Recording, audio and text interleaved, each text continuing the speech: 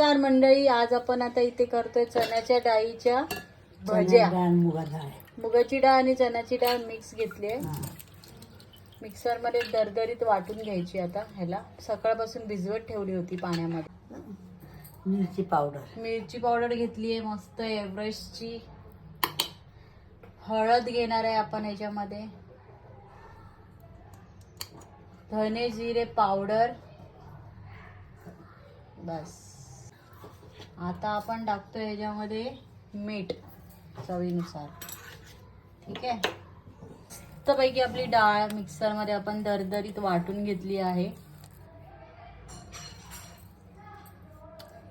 वाटण आपल्या इथे बघू शकता रेडी आहे. आता ह्याच्यामध्ये जातोय बारीक चिरलेला कांदा. 2 कढई गरम करत ठेवली आहे, त्याच्यामध्ये आता आपण टाकतोय तेल. ऍड केलं आता ह्याच्यामध्ये कोथिंबीर. आणि आता कोथिंबीर टाकून आपण परत एकदा मिक्स करून घेऊया. पहिला वडा आपला गेलेला आहे कढईमध्ये मंडळी. आता वड्याला मारूया पलटी. दोन्ही साईडने मस्त खरपूस भाजून घ्यायचे, तळून घ्यायचे वडे. आणि मग खायला होणार आपले वडे रेडी.